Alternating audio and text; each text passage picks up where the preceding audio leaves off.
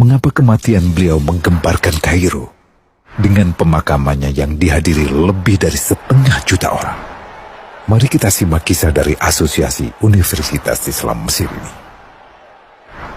Al-Kisah dari kampung kecil bernama Tafahna al-Ashraf, distrik Middle Ghamir, Provinsi Dakohliah, Mesir. Ada 9 orang sarjana miskin lulusan Fakultas Pertanian. Lalu mereka pun sepakat membuat sebuah peternakan unggas, sembari mencari mitra ke-10. Namun mereka terbentur modal. Maka dengan sekuat tenaga mereka kumpulkan dari hasil menjual tanah, perhiasan istri, hingga meminjam. Meski tidak banyak terkumpul, namun mencukupi untuk memulai usahanya. Pertanyaan tersisa, siapa mitra yang ke-10? Insinyur Solah, satu dari mereka pun berkata, "Aku sudah menemukan mitra yang ke-10. Siapa?" kata teman-temannya. "Allah," lanjutnya. "Allah akan menjadi mitra usaha kita yang ke-10. Allah akan mendapat 10% dari keuntungan kita. Dengan perjanjian, Allah yang akan memberikan perlindungan dan pemeliharaan, keamanan dari segala wabah penyakit." Akhirnya mereka pun sepakat. Kontrak kerjasama pun ditulis secara rinci dan dicatatkan ke notaris, lengkap dengan peran mitra ke-10 tersebut. Tak disangka, setelah 1 musim bisnis mereka langsung meroket, jauh dari yang dibayangkan sebelumnya. Lalu mereka pun kembali bersepakat menambah jatah keuntungan mitra ke-10 menjadi 20% di musim kedua, dan begitu seterusnya hingga mencapai 50%. Lalu bagaimana keuntungan mitra ke-10 itu dialokasikan? Dimulai dengan membangun sekolah dasar Islam putra, lalu lanjut putri, kemudian sekolah menengah putra, kemudian putri. Tambah lagi madrasah aliyah putra, lalu putri. Tapi karena keuntungan terus membanjir, akhirnya dibentuklah Baitul Mal. Dan mereka pun mengajukan ke pemerintah untuk membangun universitas di kampung. Awalnya ditolak dengan alasan tiadanya akses bagi para mahasiswa. Tak berapa lama mereka pun mengajukan pembangunan universitas lengkap dengan stasiun kereta beserta jalurnya dengan biaya mandiri.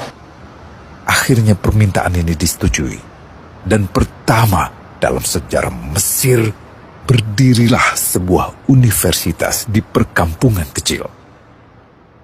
Semakin berkembang, dibangun pula fakultas kedua, ketiga, keempat hingga asrama putri dengan kapasitas 600 kamar. Lalu asrama putra dengan 1.000 kamar. Tiket kereta api pun digratiskan untuk memudahkan transportasi menuju kampung tersebut. Tak cukup hanya itu, dibangun Baitul Mal berikutnya hingga hilang kemiskinan di daerah tersebut. Dan program ini diduplikasi ke kampung-kampung lain hingga bisa dikatakan tak ada kampung yang disinggahi Insinyur Solah kecuali akan dibangun Baitul Mal untuk warga. Bantuan pun diberikan untuk fakir miskin dan para janda. Pemuda pengangguran pun dilatih untuk mengelola perkebunan sayur hingga mandiri, bahkan sampai bisa mengekspor ke negara tetangga. Pada saat panen raya, seluruh penduduk dikirimi paket sayur. Di hari pertama Ramadan diadakan buka puasa bersama untuk seluruh penduduk desa. Mereka memasak dan hadir ke lapangan yang dipenuhi beraneka makanan. Disiapkan juga perabotan untuk gadis-gadis yatim yang ingin menikah. Dan ini semua merupakan sedikit dari banyaknya kebaikan yang dilakukan oleh Insinyur Solah. Hingga pada akhirnya disepakatilah keuntungan perusahaan 100% untuk Allah. Insinyur Solah yang awalnya adalah salah satu mitra usaha berubah menjadi karyawan Allah.